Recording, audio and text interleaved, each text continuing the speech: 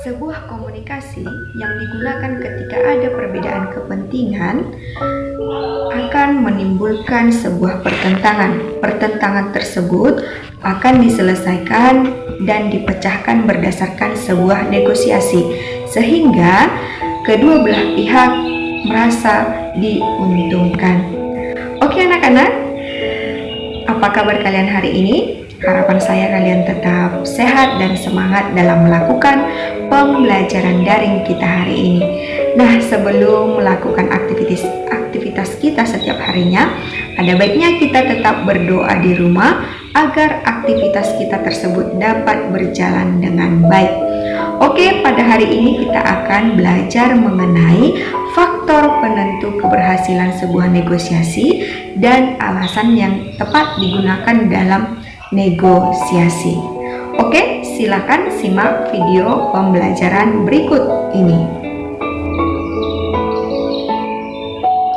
Apa yang akan kita pelajari pada hari ini? Yang pertama, faktor penentu keberhasilan negosiasi. Yang kedua, menggunakan alasan yang tepat untuk menyampaikan pengajuan dan penawaran.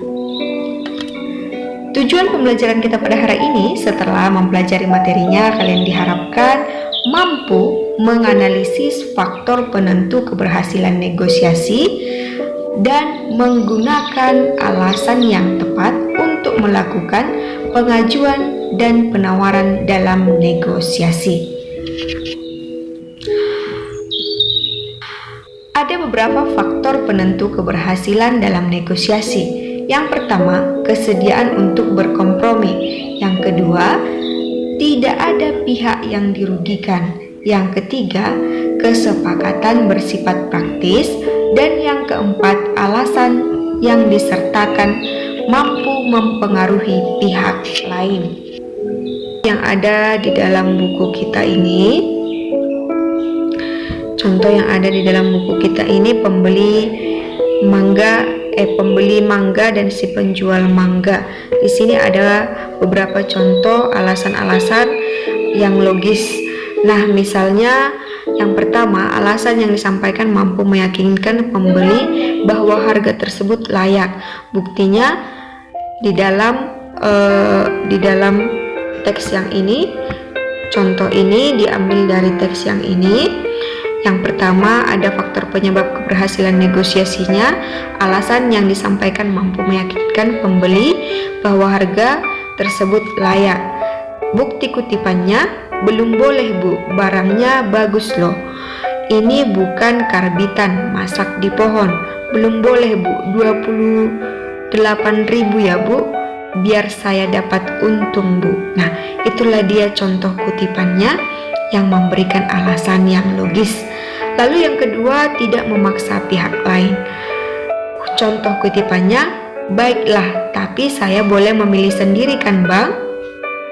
Dan yang ketiga, kesediaan partisipan untuk berkompromi menerima perbedaan pendapat. Contoh kutipannya, asal jangan pilih yang besar-besar ya bu, nanti saya bisa rugi. Iya bang, yang penting saya dapat mangga yang bagus dan tidak busuk. Nah, itulah dia contoh faktor penyebab keberhasilan negosiasi tadi. Lebih lengkapnya kalian harus baca kutipan ini dengan baik mulai dari awal sampai akhir agar kalian lebih paham dengan contoh ini.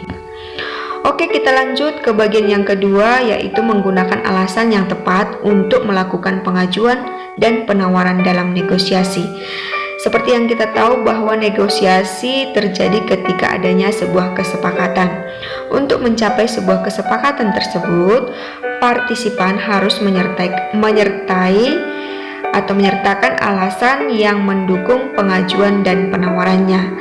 Masing-masing pihak harus mampu meyakinkan pihak lainnya bahwa pengajuan dan penawaran yang diajukan dapat atau bahkan harus diterima. Contohnya saya ambil juga dari buku kita, yaitu dari contoh kutipan teks negosiasi yang berjudul HP Baru. Nah, jadi untuk lebih jelasnya silahkan kalian baca dari buku kalian agar kalian paham alasan-alasan Rani yang digunakan untuk ayahnya. Oke anak-anak, demikianlah pembelajaran kita hari ini. Semoga bermanfaat bagi kalian. Salam sehat, tetap semangat. Sampai jumpa pada pertemuan berikutnya. Harapan saya kalian mengerjakan tugas yang ada di KCR. Oke, sampai jumpa pada pertemuan berikutnya. Selamat pagi.